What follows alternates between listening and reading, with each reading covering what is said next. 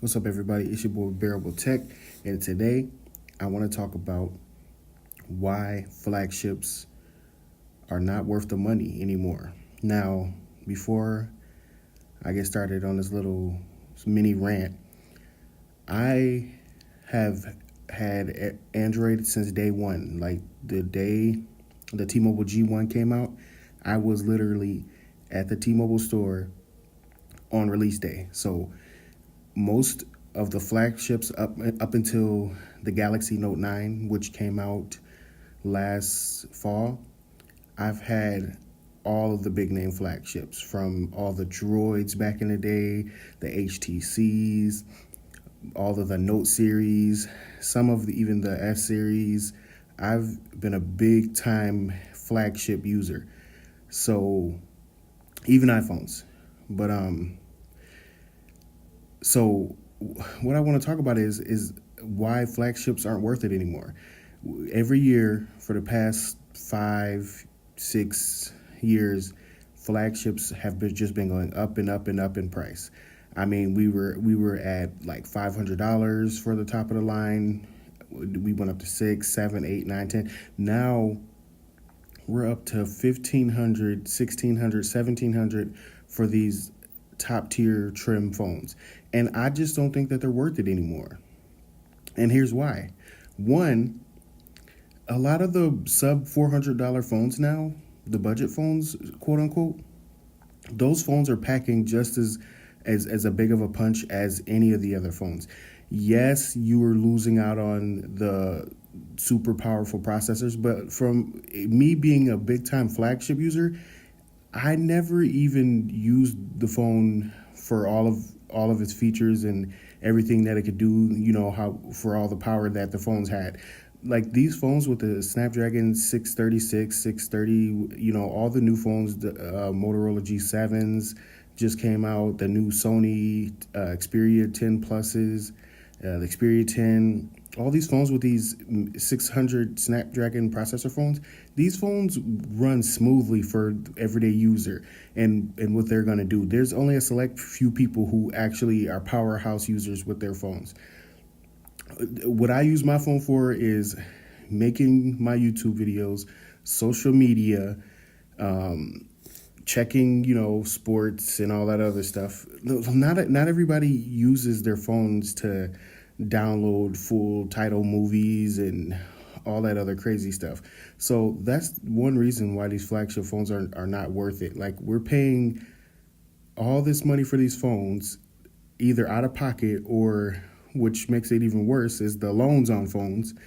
It's mind boggling. It doesn't make any sense to me anymore to keep paying these extreme prices for these phones, which we're not even using them what they're capable for. Like you could use a sub $400 phone and get just as much out of it as you got out of the other phone. Only thing you're missing is the big name on the phone, and that's about it. Because back in the day, there were sacrifices to using the budget phones, which, where the processors were really behind, the higher end ones back in the day, and the cameras weren't as good. But now these phones are packing big time features. Like the budget phones are packing super nice cameras.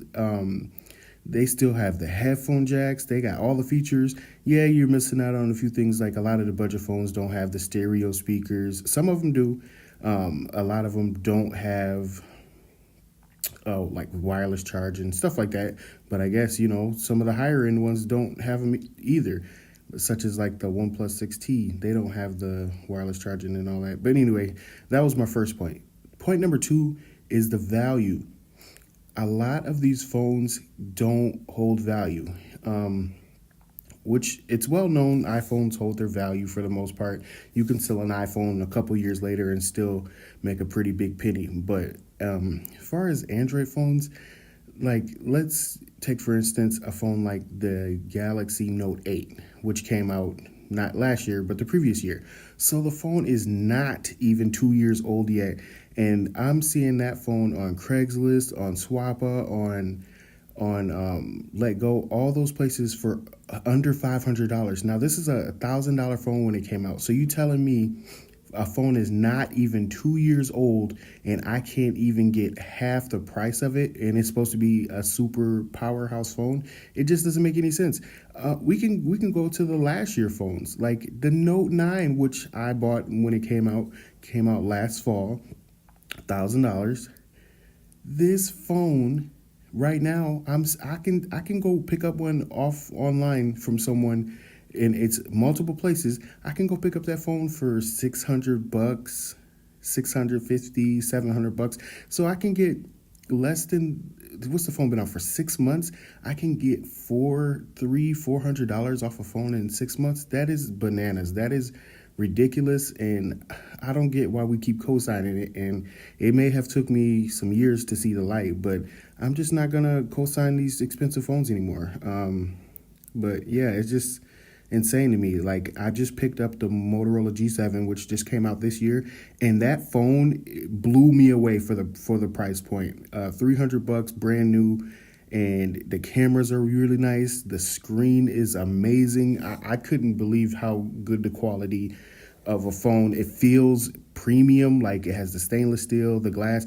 Like, I'm blown away by a $300 phone, and I have the Note 9, and I'm just like, well, why am I paying so much money for this phone when it's not going to keep its value, and I don't even use half of the features that it has. I know some people in the comments are going to be like, well, I use all my features. That's fine.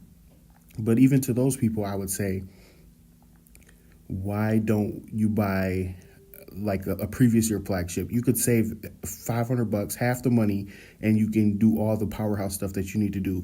We need to stop co-signing these expensive phones, because the companies are just going to keep making them more expensive, knowing that people will buy them no matter what, which I was a part of that problem too, but I'm not going to be anymore. So let me know what you think down in the comments.